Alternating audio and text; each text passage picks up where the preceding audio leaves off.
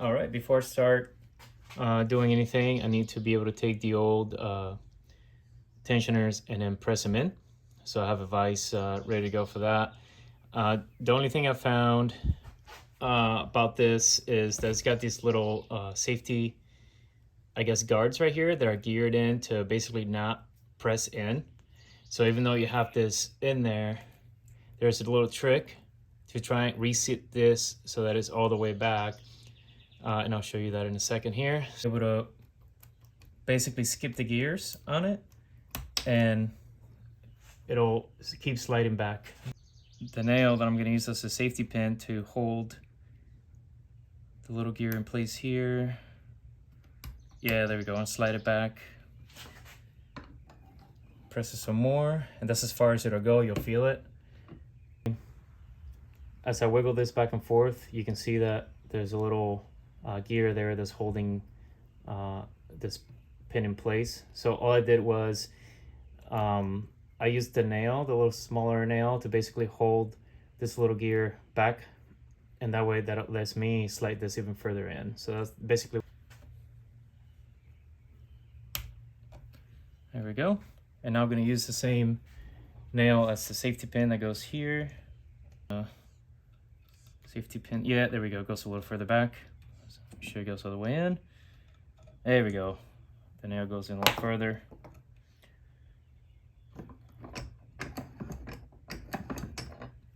And there she is. All right, next thing to make sure I got everything set up properly is to make sure that the crank is set atop the center. That'll basically set up your camshafts and valves in the best position possible, which is in the most neutral position you can have. So that way you don't have any valves sticking down too far into the pistons or into the cylinders. So if you're starting out like me, where you're putting everything together, you want to make sure that the cranks are set up. I'm sorry, the timing gears for the camshafts are set up in the 1 o'clock and 11 o'clock position. So these basically have marks on them. This is currently set up in the more or less 1 o'clock position, and this one is in the 11 o'clock position, as you can tell. So, and right now I don't have any other rocker arms in there, so I'm able to spin the camshafts freely too. That helps out quite a bit as well. Next thing is to make sure that your chain is marked. So it's been soaking in oil, so let's see if I can bring one of them out. If the chain is not marked for whatever reason, you can mark it yourself, and I'll show you exactly what I mean by that.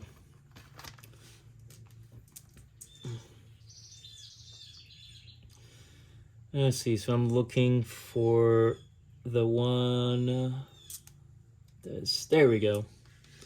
All right, I'll show you this in a split second here.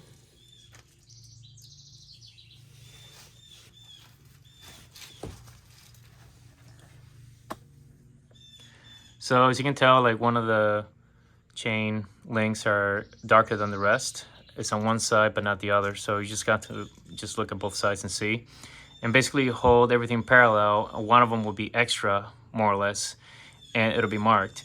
If it's not, you can mark it yourself and just put a little bit of paint on it. And basically what you're gonna do is you're gonna line up the marked ones with the camshaft gear right where the dot is, and you're gonna do the same thing for the crankshaft gear that's got also a mark on it. And I'll pull that out and show you what that looks like.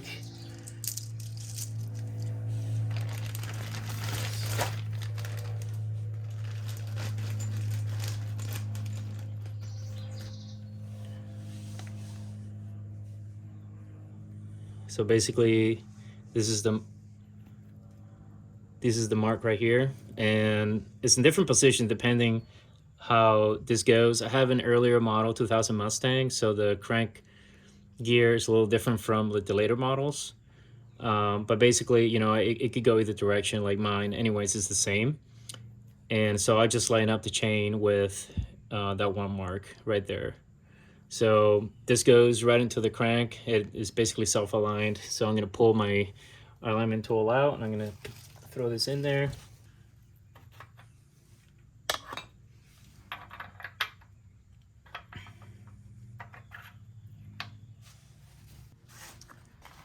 I got these guides from MMR, and they're much different from the cheap ones I guess you can get, in the sense that the quality is a lot better. So this is one solid piece as opposed to two different pieces. So I'll show you what the old ones look like. Let's see.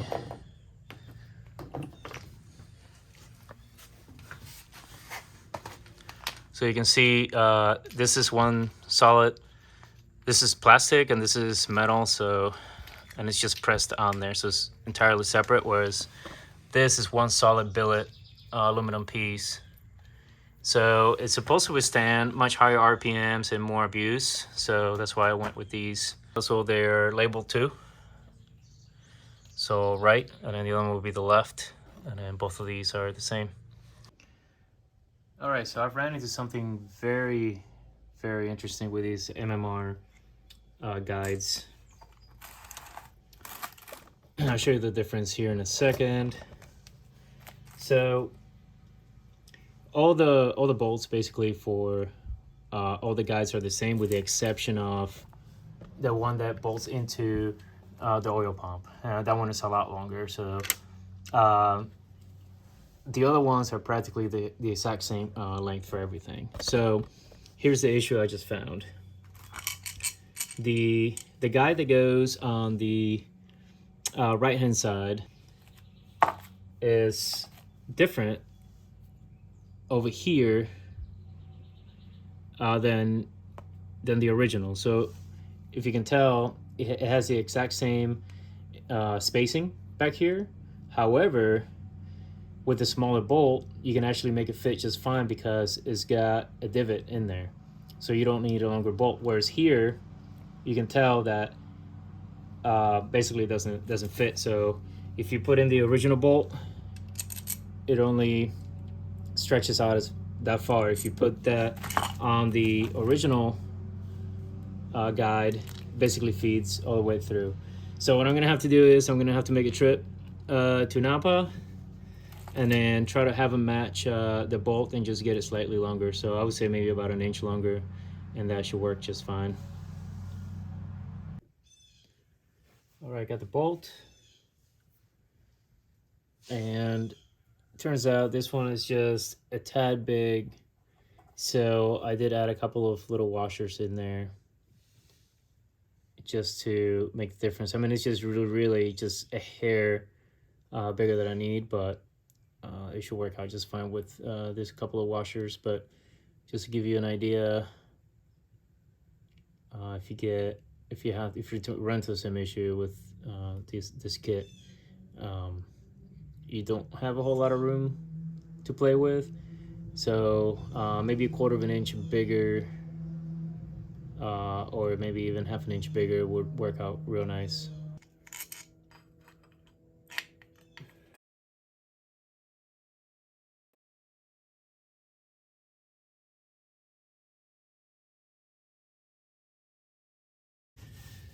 All right, now for the fun part, getting the chain on there. So I'm just gonna line it up, starting down here. This is kind of hard to see. Just line it up with that one mark.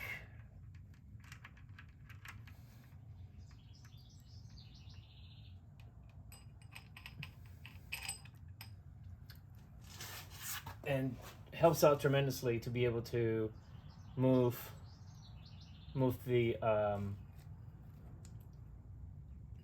camshaft freely, so you can line it up.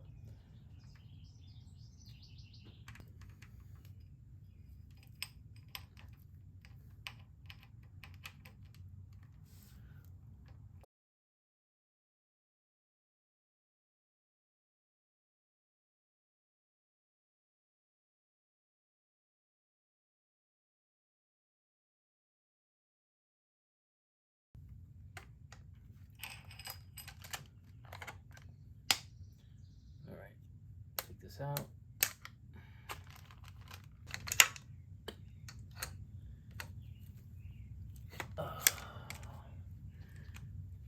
All right. So now the chain is on there, and let's see if this goes on any easier this time.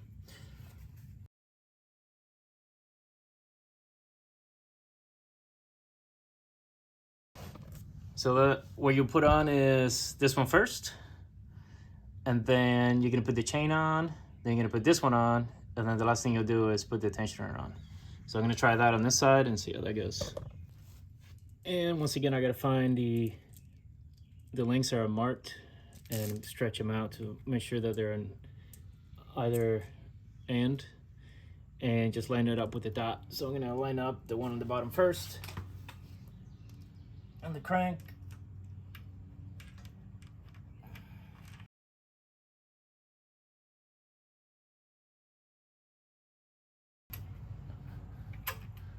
Perfect. You see that it's lined up right there. And let's see if we can get a better angle here. And both of them are lined up down here.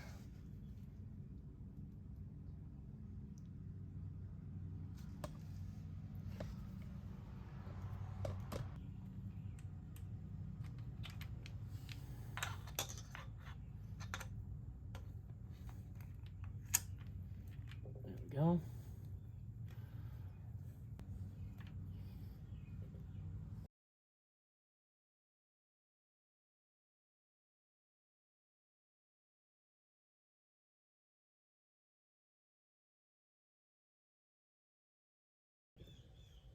All right, I got everything torqued down, and I'm gonna share something with you guys. Take it with a grain of salt. I've done this before when I switched over to stage 3 cams a few years back. So I redid the whole thing with different guides and everything. The 18 foot-pound torque for the chain guides that I found online, I think that's way too much for the size bolts. It feels like it's gonna snap. Like, it doesn't make any sense to torque it down that much. So what I did for the chain guides, I did 107 inch-pounds and then maybe a little bit more. And that should be plenty. As far as these go, they're much thicker bolt. So I did 210 inch-pounds. And then just a little bit more. And basically that just be good enough. So I'm good to pop the pins here.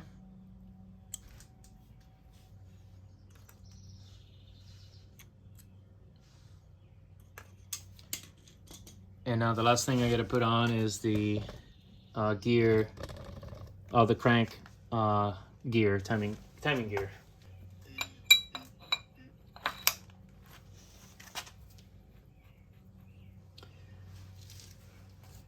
All right. So now the next order of business is gonna be to put the rocker arms back in there. All right, to put on the first rocker arm, I gotta make sure that the lobe of the crankshaft is actually pointing all the way up, so it leaves basically more space underneath it, so I can slide the rocker arm in there. So what I'm gonna do is I'm gonna rotate the engine, and basically do not rotate this backwards, rotate it clockwise, because if the pressure on the chain guides go in reverse, you risk damaging the chain guides. I've actually done that before, so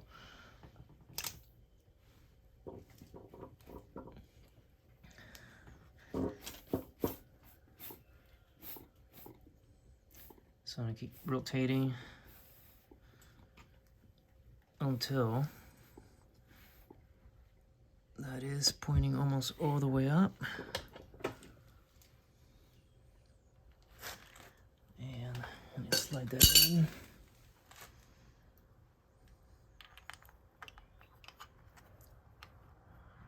Let me see if I can put the camera down here.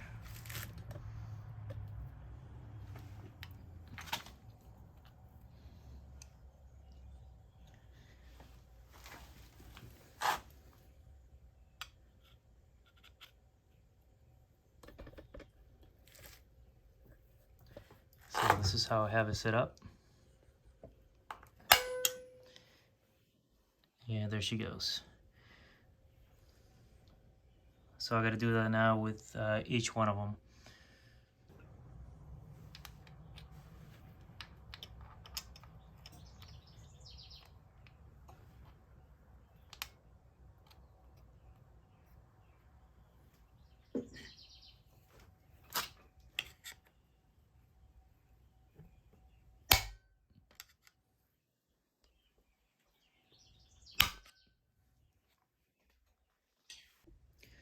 All right, so they're all in.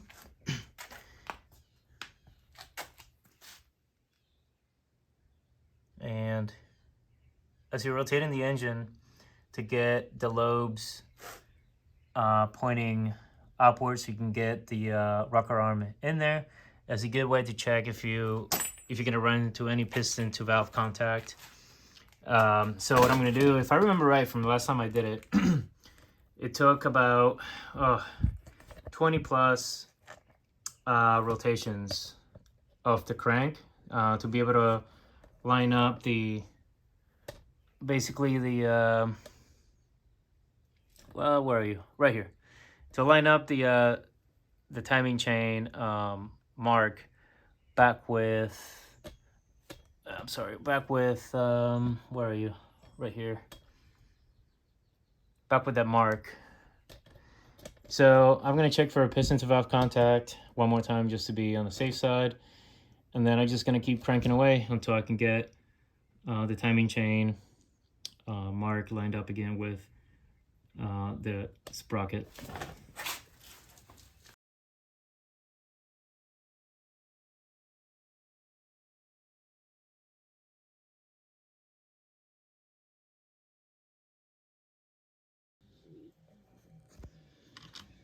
Took, I don't know, felt like 100 cranks to be able to get it lined up again. So I know there's no piston to valve contact. I didn't have to go all the way through to get it lined up on both sides, but yeah, at least I know everything is good. So I'm gonna set it up with the crank at top dead center again, and now with the crank close to top dead center as I can get it. As a reminder, top dead center is like the perfect position for this engine to be as neutral as possible, which means the least amount of valves that's been pushed down, and it's the best way to essentially assemble everything. So now that the crank is at top dead center with tension on the timing chain and everything else, I want to point out for you guys the location of that marker. So that is about, ooh, it's not close to 12 o'clock, but maybe towards the 1 o'clock position on the passenger side. I'm sorry, on the driver's side.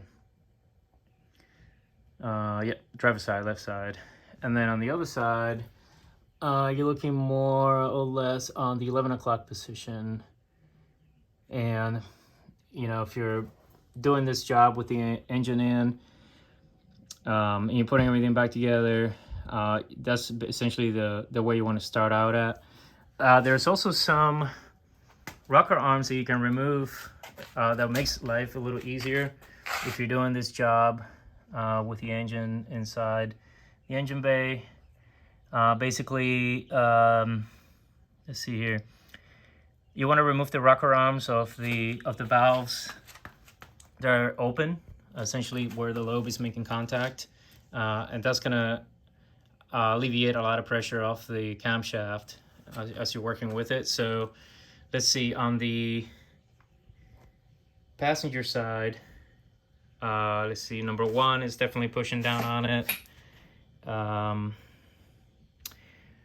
Number let's see, 1, 2, 3, number 4,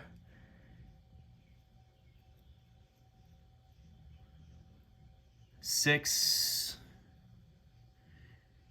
Those are the ones that would, I guess, you could remove and then make things a little bit easier for you. On the other side, driver's side, starting from the front, looks like, let's see, 1, 2, number 3. The lobe is pressing down, so the valve is open. 3, 6. Oh no, not 6.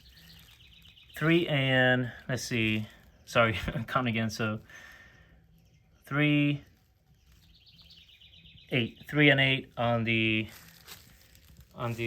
driver's side.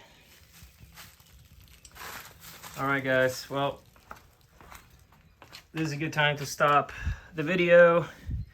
I hope this was helpful. Just remember the sequence for this thing. You can put this one on first and then leave the tensioner, or the I should say the yeah, I guess the tensioner for last.